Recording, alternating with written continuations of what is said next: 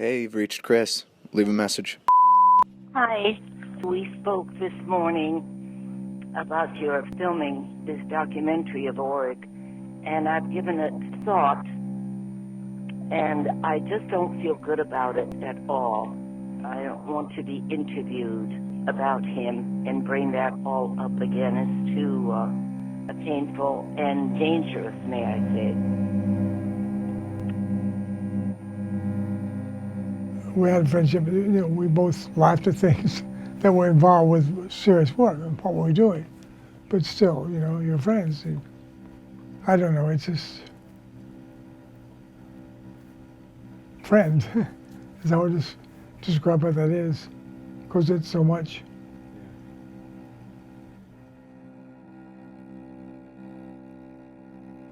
A woman who called herself Mary Magdalene called someone, the Department of Health, or maybe she made more than one call, but she called and said, my name is Mary Magdalene, and I'd like to report a dead body.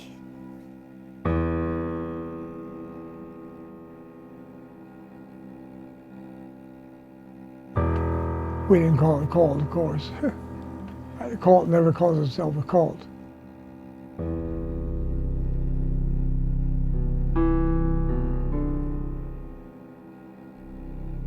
I'm a farm boy. Well, I used to be.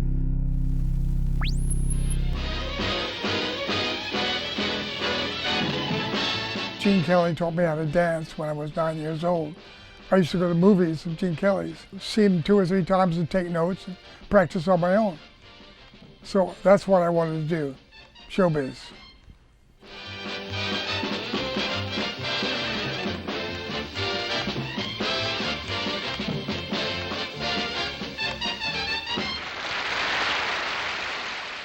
It was rampant through theater.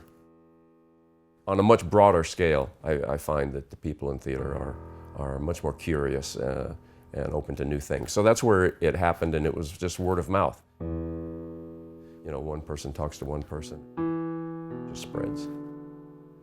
I got introduced to Tod by my friend. We were in a Broadway show together. When it became talked about astrological charts, I said, $50 at that time was $50. It still is, but I thought, okay, that's an okay investment. And that's how it all started for me with Oric Bovar. The charts were like 10 pages long, single space. He got it right on the nose for a lot of people. The gist of the chart was that I've chosen a life of physicality.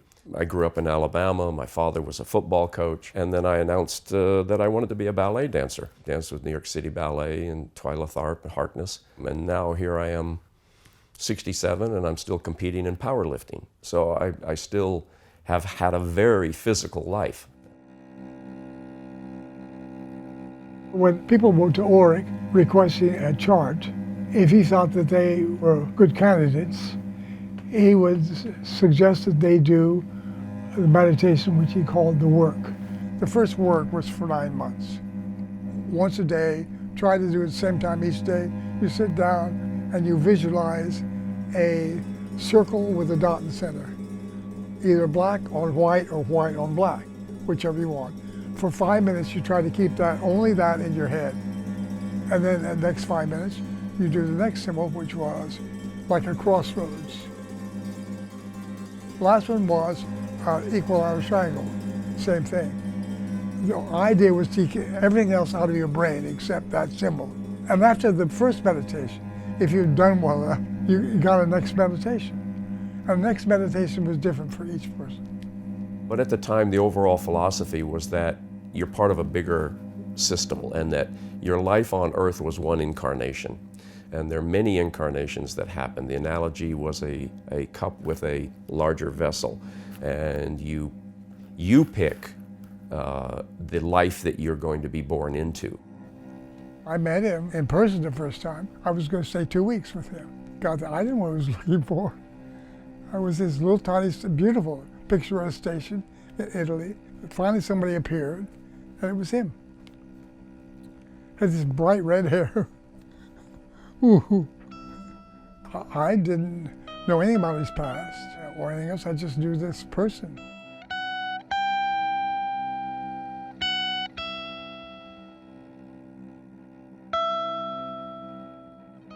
I was performing with Harkness at the time. We were touring around Europe. I went down to Italy to see him for a day. We went out to go to lunch, and he drove, and all of a sudden, Oric is foaming at the mouth. I mean, he's screaming in Italian, arms waving, and just a road rage manifestation.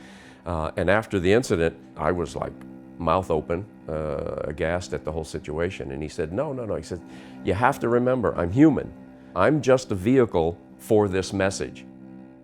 I'm not a follower, but when I chose to, I really committed to it, and I became a factor in what he was doing.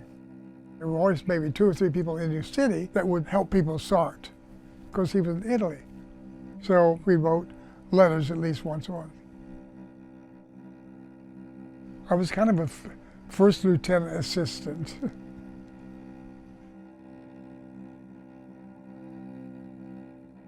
I kept my word. Now I'm going. Oh, you can't go, mister. I won't let you go. But I've got to. Do you think I can stay here forever? There ain't no place for you to go, except back where you came from. I'll never go back where I came from. He told me so many times he could never come because the energy here was so intense and so awful it would kill him. And this one time, I didn't hear from him for quite a while. He said he went into a coma. Well, he hated hospitals, hated drugs, hated all that. I think it really freaked him out a bit. The next time I hear from him, he said he's coming to New York to live, which was shocking. You know, like anybody else who had had their chart done by Oric Bovar, you go, I'd like to meet him. When he walked in the door from the airport, I didn't recognize him.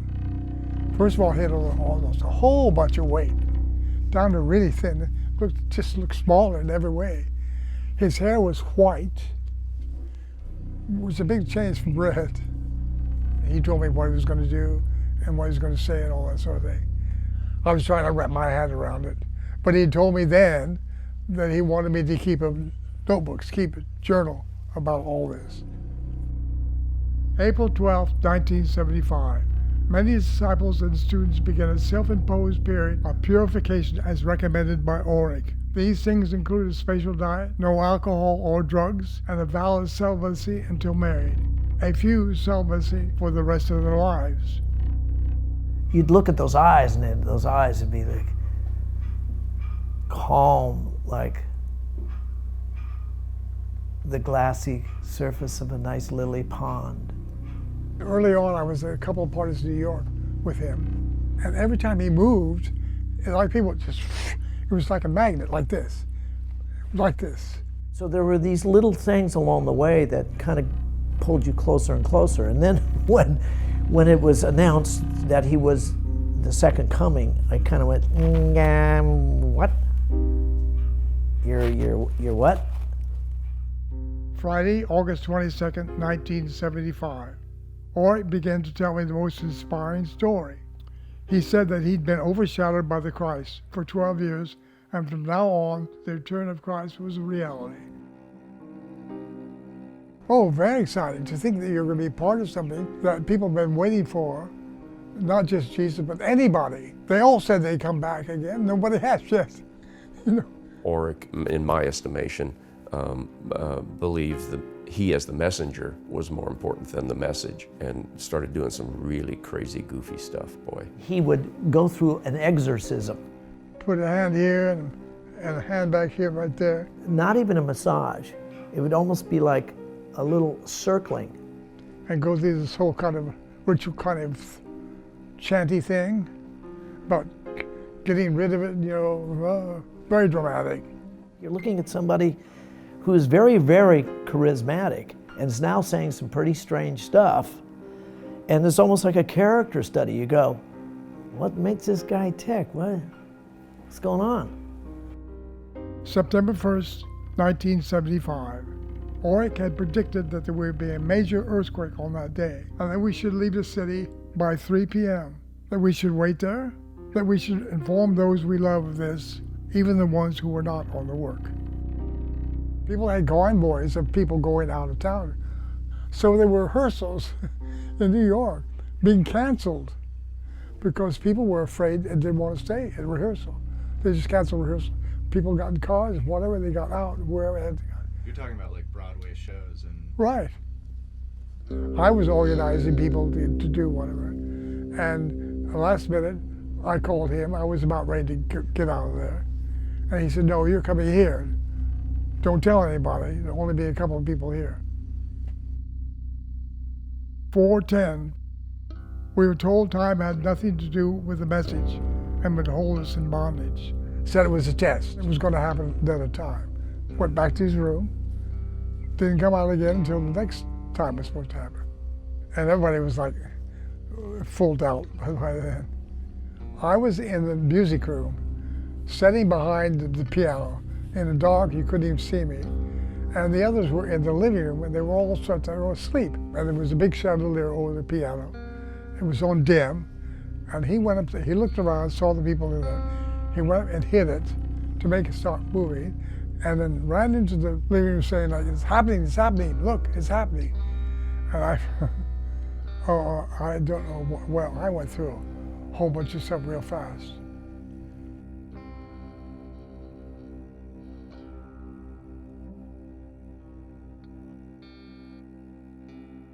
I knew it was going to collapse.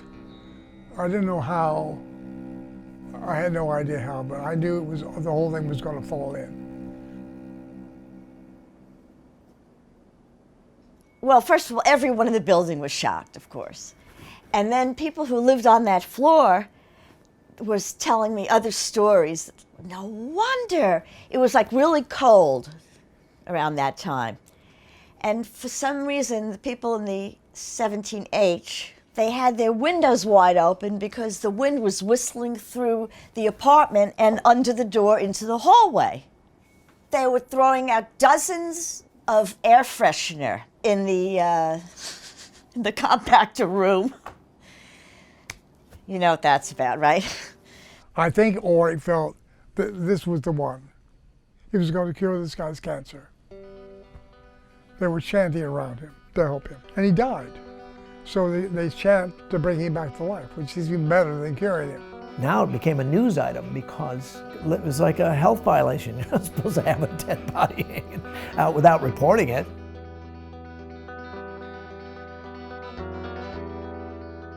Once there was a court date established that he had to show up in court, that was real. I didn't hear about that until after the fact, and I think that's tied directly to his demise. One morning at 7:30 in the morning, I get a phone call. Somebody who I had put on the meditation, on the work, he was walking his dog that morning, walked his dog out when the body fell. And he went right back in the house, called me. I remember thinking, oh, well, I knew something was going to happen, but not this.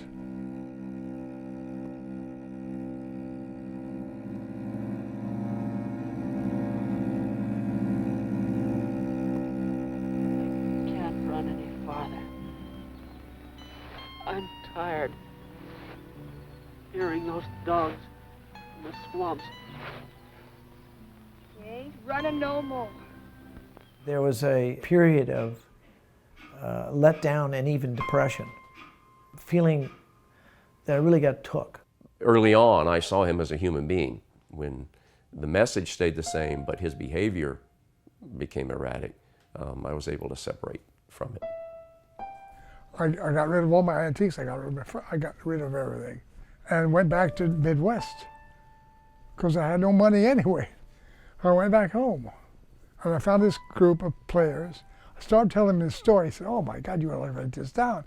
So I went back to my little office, and about 3 days I was typing away like a madman, and I finished the thing.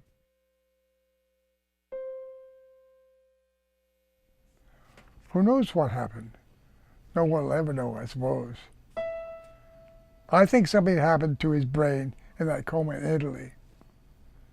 Something small that allowed his magnetism to somehow stay intact.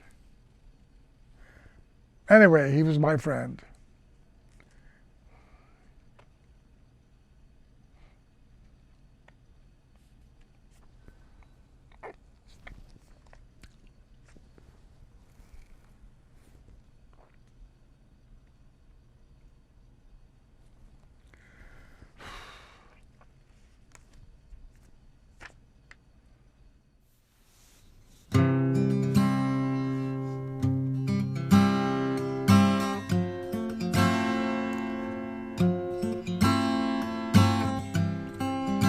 There are many paths in life to roam, some safe, some too safe, some treacherous, some fatal. The one I like to make my home is a path that's on the edge. Living on the edge, living on the edge, walking the line that tests the balance like a tightrope. This life, no nets, living on the edge.